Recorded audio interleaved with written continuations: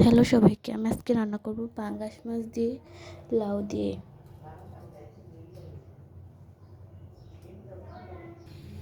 মাছগুলোকে লবণ হলুদ দিয়ে ভালোভাবে মেখে ভেজে নেব।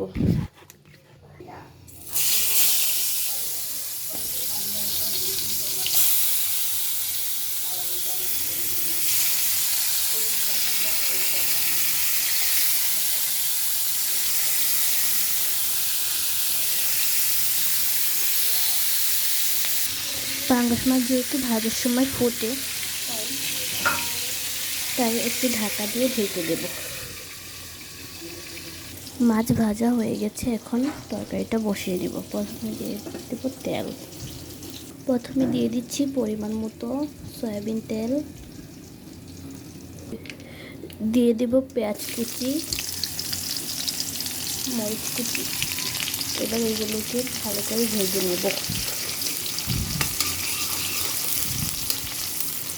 পেঁয়াজ মরিচ ভাজা হয়ে গেছে, এবার দিয়ে দেব 1 চামচ আদা বাটা।